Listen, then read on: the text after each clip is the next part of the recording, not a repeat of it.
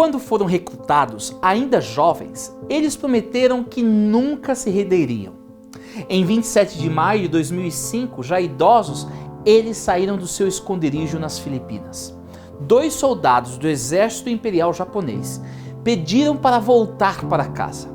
Os homens eram Yoshio Yamakawa, aos 87 anos, e Tsuzuki Nakawishi, 85. Eles estavam escondidos na ilha de Mindanao, que fica a 1000 quilômetros de Manila, desde antes do final da Segunda Guerra Mundial. O jornal britânico The Guardian informou: eles eram ex-membros de uma divisão, cujas fileiras foram destruídas em ferozes batalhas contra as forças americanas no final da guerra. Os soldados permaneceram na selva e nas montanhas desde então, possivelmente sem saber que a guerra havia terminado há 60 anos, e com medo de que fossem condenados por deserção se fossem encontrados por alguém.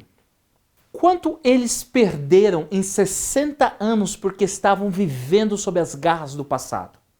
Você consegue se imaginar vivendo sob a sombra de algo que não existe mais? Eu não consigo. No entanto, hoje em dia, muitas pessoas religiosas vivem à sombra de algo que Cristo colocou um ponto final na cruz. A triste realidade é que muitos crentes não experimentam o pleno entendimento, alegria e bênção da comunidade de Deus, sua eclesia, o corpo de Jesus, porque estão presos em uma perspectiva equivocada acerca da igreja de Deus. Que a igreja de Deus é uma extensão do tabernáculo, do templo de Jerusalém, a casa de Deus. O quê? Você está dizendo que a igreja, que o edifício da igreja não é a casa de Deus? Sim, é isso que eu estou dizendo e é isso que eu realmente acredito. Bem, você pode pensar que eu fui longe demais agora, mas antes que você pare de ver esse vídeo ou mesmo jogue algumas pedras em mim e gentilmente me classifique como herege, tenha paciência comigo, por favor. Sendo muito sincero com você, quando eu estava crescendo, as igrejas sempre me intimidavam. Não a igreja no corpo de Cristo ou no corpo de crentes, como estudamos aqui em Seja a Igreja. Estou falando do prédio. Quando criança, ir à igreja sempre era uma tarefa árdua. Muitas vezes tínhamos que nos vestir de forma especial, não podíamos correr e brincar no prédio. Correr no estacionamento era ok. E quando estávamos no santuário, precisávamos ficar bem quietos, de preferência em total silêncio. Havia algumas áreas específicas do santuário que eu não podia ir, porque eram mais sagradas e não permitidas para um garoto como eu. A lógica dada era que a igreja era a casa de Deus e, portanto, eu tinha que ser especialmente reverente nela. Deixe-me lhe fazer uma pergunta. Você vivenciou algo semelhante? Você cresceu com esse entendimento da casa de Deus? Você se lembra de alguma situação ou palavras específicas envolvendo o conceito do prédio da igreja como a casa de Deus? Aproveite esse momento para compartilhar sua experiência com aqueles que estão ao seu redor.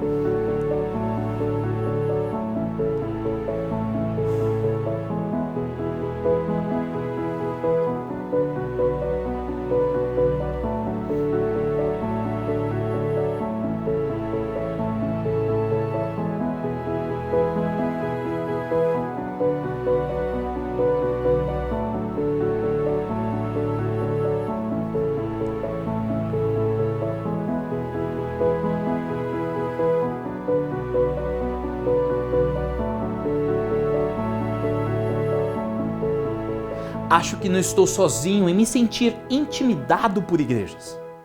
Vemos a igreja como um local onde a presença de Deus é de alguma forma mais intensa comparado com outros lugares, o que naturalmente torna as igrejas bastante intimidadoras.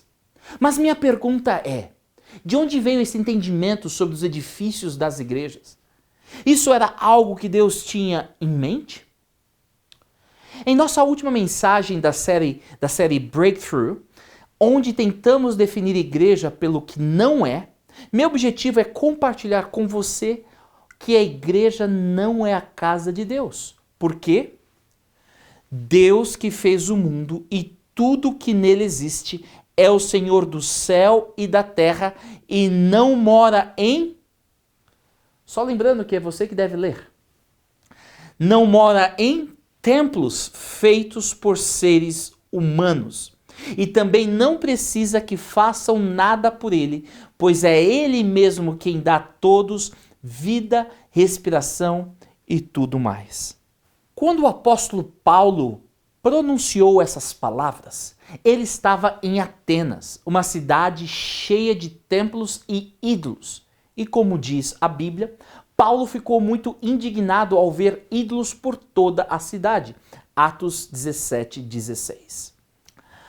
A idolatria que Paulo estava enfrentando era baseada em uma filosofia interessante que podemos traçar suas origens nas religiões do Antigo Oriente Médio.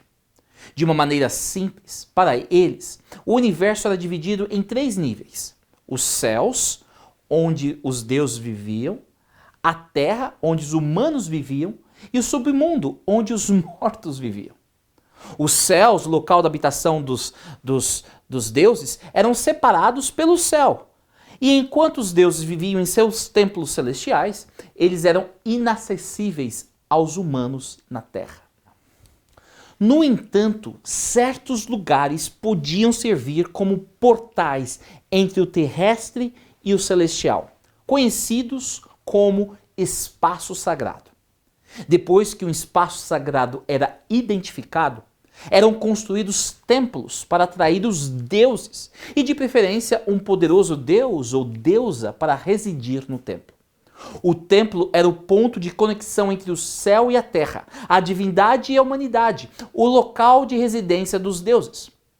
Como tal, os templos não eram tanto os locais de culto, mas sim palácios, moradia da divindade. Se um deus ou deusa fosse trazido com sucesso para a cidade, ele ou ela iria morar em seu templo, usando o seu ídolo como avatar, e eles e as pessoas vivenciavam o que o professor John Walton chama de a grande simbiose. Os humanos supriam as necessidades e desejos dos deuses, enquanto os deuses, principalmente por interesse próprio, trariam justiça, ordem, fertilidade e força à cidade. Essa é a crença por trás da idolatria que Paulo estava enfrentando em Atenas. Foi contra tal entendimento sobre deuses, ídolos, templos e o relacionamento entre as divindades e os seres humanos que Paulo os confrontou com o Deus bíblico, Yahweh, o Criador dos céus e da terra. Yahweh não se limita à sua criação. Ele não precisa de um lugar sagrado, um templo, para visitar a humanidade. Yahweh não depende da grande simbiose, pois ele não tem uma necessidade que o homem possa preencher. Ele é totalmente autossuficiente. Yahweh também não é temperamental. Embora Yahweh exerça justiça, suas ações estão sempre enraizadas em suas leis já pré-estipuladas. Então, se o relacionamento com Yahweh não se baseia na grande simbiose, nessa troca de favores, em que se baseia? Dedique algum tempo para ler alguns versículos da Bíblia com os que estão ao seu redor e descobrir a base do nosso relacionamento com Yahweh.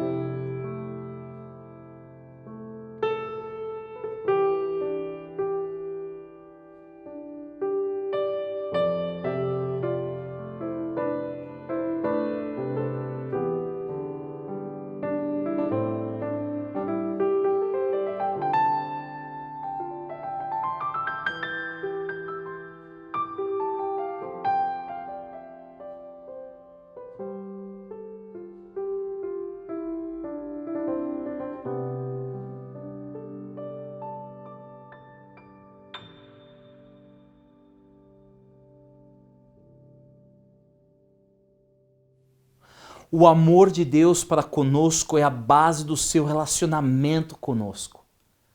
Esta pode ser a parte mais intrigante sobre o templo de Yahweh no Antigo Testamento.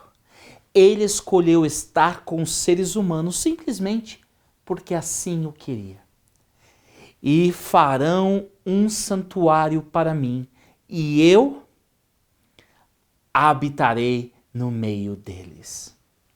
Infelizmente, é problemático para o Deus puro e santo interagir com os humanos impuros e profanos. Mas era disso que se tratava todo o tabernáculo e o templo. Possibilitar esse relacionamento. As leis e sacrifícios se concentravam na purificação da humanidade para que pudessem se relacionar com Deus e vice-versa. Claro que esse sistema era imperfeito. O relacionamento com Yahweh era essencialmente restrito ao templo. Embora tenhamos consciência de que Yahweh não podia ser contido pelo templo. Primeiro, ele ordenou que seu povo construísse o tabernáculo e depois o templo, com o propósito de poder viver e estar entre o seu povo. Dessa maneira, o templo era um precursor da encarnação de Cristo, que veio morar entre nós. Quando Deus se fez carne, Jesus foi a incorporação viva do templo. O Verbo se fez carne, João 1,14. O templo encontrou sua plenitude em Cristo, que ao habitar entre nós substituiu a finalidade do templo, eliminando assim a necessidade do templo. Jesus chamou a si mesmo o templo, João 2, 19 a 21. Declarou-se maior do que o templo, João 12, 5 a 6. E considerou o templo terreno como sendo finalmente obsoleto. Mateus 24, 2, João 4, 21 a 24 e Marcos 15, 38. E agora, sendo o templo obsoleto, qual é o plano de Deus? Vamos para a Bíblia. Leia esses versículos com aqueles ao seu redor e compartilhe os seus pensamentos sobre eles.